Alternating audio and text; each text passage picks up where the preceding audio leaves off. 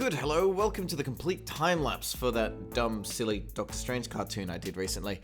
Forgive that the screen is shifted down about 30% of the way. That's the way the stream was, and I didn't realize for quite some time. So, the premise of this thing was, after seeing the film, I realized that they can sort of magic the world around a lot, but when it came to actually fighting one another, they always resorted back to fistfights. Why couldn't they just kaleidoscope their enemies inside out?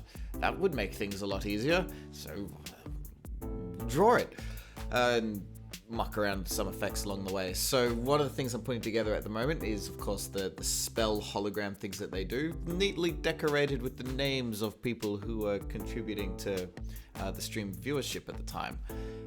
This was created fairly simply. It's each set of rings is on its own layer inside of its own peg. Each peg is rotated from the center on just a regular motion tween to give it the spin.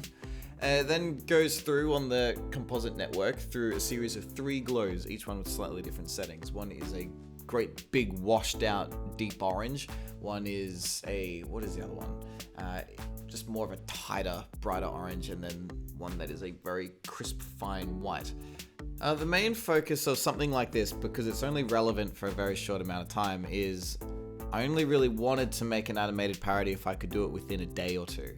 It isn't one of those projects that I wanted to accidentally let months of time slip into, but even then, it took so long for me to just get around to starting it. The film was already nearly gone. Before starting recording, I must apologize that I had already drawn the main head, so that was there. When it came to drawing this hand, however, I'm really ill-experienced when it comes to drawing anything even slightly realistic. The head was, I'll admit, just straight up traced from one of the promotional photos. The hand, however, is done from scratch. Sometimes I find that drawing in volume, in bulk, it kind of helps with getting an idea on how the anatomy would be rather than just working with strict outlines. So that's all there, and then I'm tracing over it with big, thick outlines, manipulating, cutting, twisting, morphing the vector artwork around for a really, really long time. Probably much longer than anything would be deemed as appropriate. But I'm not good at this sort of stuff, so that's how long it was going to take. Finally got something even half okay. Traced over just the first frame. I'd spent so long on it by that point that I was kind of exhausted and just needed to move on to another part of the project, bringing it into one of the main reasons why I wanted to do this at all, which was the kaleidoscopy, world-shattery effect. I had a pretty clear idea on how I was going to pull such a thing off. I took a blank drawing layer and threw lines all the way over it just to kind of create a cracked look. Filled all the spaces in with different colors, about 5 or 6 colors I think. Those were separated into their own individual layers. Those layers, one consisting of just a bunch of blue triangles, one a bunch of green triangles, one a bunch of yellow triangles, etc., could therefore all be implemented as their own independent masks.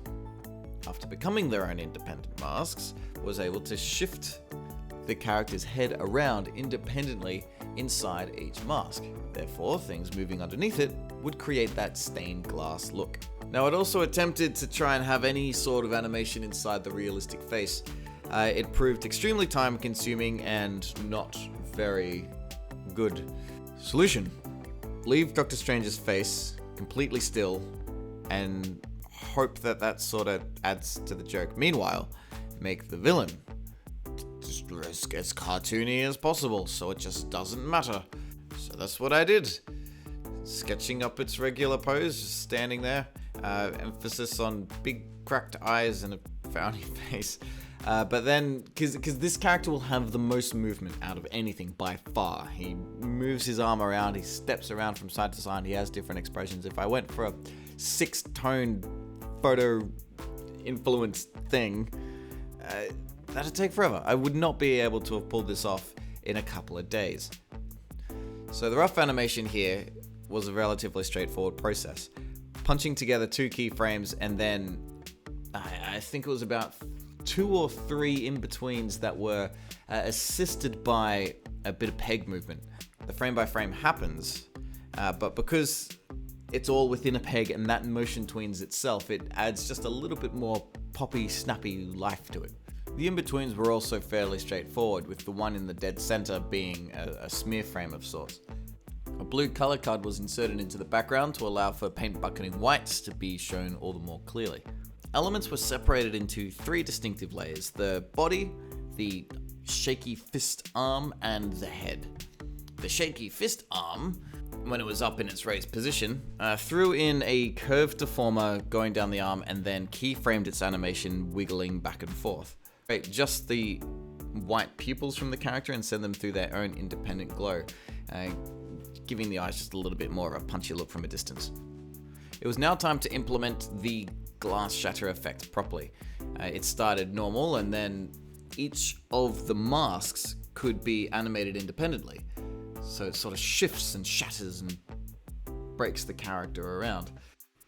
For the main hand, once the first drawing was down, I seemed to have an easier time animating the rest of it. I guess because it was exiting out of frame, the first one I drew was the most complicated. For each of the rest, there was less and less artwork to have to deal with. Also, the fingers were clumping together. So not only was there less of it, but the angles, the detail, all of that was just less and less complicated, which, just sort of accidentally works towards my favor. Comes to shading it, this thing does need to have the same level of detail as the face did. And unlike the face, I have no, for one, I have no photo reference, but second, the light source is coming out of the hologram spell thing in front of the hand. So dramatic angled lighting is usually a lot easier than something somewhat front-facing. In fact, this needs to somehow harmoniously have both the angled lighting that the face had, but also clearly be lit up from the front of the hologram spell. To have a bit of a sort of playground, no consequence thing, I put in a new layer underneath and just painted it in with a thick brush so it could be sloppy. It didn't need to be accurate. And it took many, many attempts just placing things differently and seeing how each of them turned out.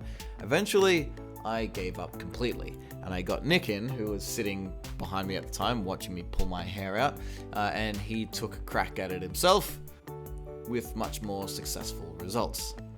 I was able to take his suggestions and tidy it up, put it in with an actual stroke tool rather than a brush so it fits within the vector lines, and from there I had a point of reference. I was able to pull that through the rest of the frames.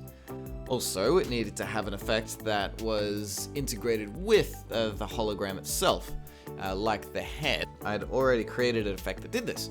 It consisted of yet another color override. Color overrides allow you to separate colors from others from within the same layer.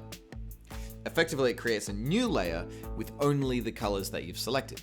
So I took highlights and midtones and would apply a glow to those that have an influenced color from the hologram in front of it, which ended up working pretty well. For the tidied up shades of the other frames on the hand, that was done with a colored pencil tool so I could see where all of the shade guides would be.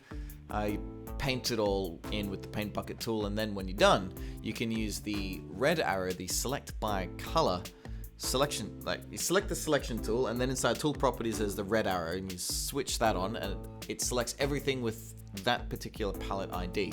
So everything that's blue, namely all of the shade guides, would all get selected at once and then could all be deleted as one big lump sum.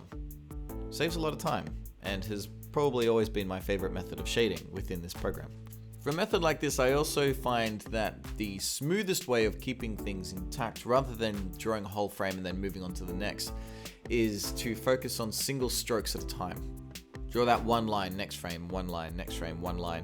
You allow it to build up a little bit of momentum even, as you organically and straight aheadly animate that bit. By this point, I still hadn't actually constructed any sort of film.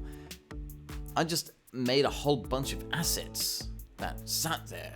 There was a head with a hand. There was a hologram effect. There was a villain shaking his fist. There was a glass shatter effect. None of it had any sort of pacing to it. In fact, many of these layers were simply stacked up on top of each other that all played at the same time. I was turning layers and systems on and off in order to focus on different parts at a time. So it was now time to actually turn it into a video. The easiest solution that I found, and I've not done this before, it was quite cool, was to take the two main shots, because there really was only two, the one facing Doctor Strange and the one facing the villain, have their layers, have their exposure, all of their frames exist through the entire film from start to finish, and then change the camera angle using an image switch node. An image switch is an effect type that only renders one layer at a time. So by feeding the two main shots into two layers that went through this image switch thing, the one that it shows could then be animated. So whenever I wanted a shot change, all I had to do was animate this figure from 0 to 1, and then it would change which character the camera was looking at. The pacing that I therefore went with was completely determined by the music, which was, quite simply, for every time there's a key change, kept the film pretty well perfectly paced. Just seemed like the sensible decision to make. That gave me my shot order, and then I reshuffled the frames and the general gestures around to try and fit within those beats as well as possible. In the end, it worked quite well. The backgrounds were a couple of old paintings that Nick had done, which he let me use, which I kind of just threw in there, blurred out enough so it wasn't clearly from a different source, and then fed the characters in their entirety through a composite and a hue saturation, giving them a little bit of a greenish tint so it would suit and sit within that background. Plus, on top of the main development of the project, which probably was about 20 hours, cue another 8 to 10 hours of, I guess what you could say, post-production, just tidying things up, making sure things didn't break, like layers vanishing or things moving at odd times. There turned out to be a lot. Like every time you watch it, you notice something broken, you fix that thing, but then you notice something else broken. Sitting through render times, it ends up eating up a lot of time very quickly. The film was finally done, and I'd made my silly 30-second piece of just dumb content. But it's something I couldn't stop thinking about, and if there was something, and if I was going to make something like this, it had to be right away. It was right when I was crossing over the 10,000 subscriber mark, so why not all roll it up into one little celebration piece? So thanks for sitting through this one, and thank you, of course, for 10,000 subscribers. How exciting is that? You're a fantastic audience. I feel very privileged to have all of you. You're all very kind, supportive, and engaging. It's wonderful. I look forward to seeing what's next. I hope you do too. Have some fun, and I'll see you in the next one.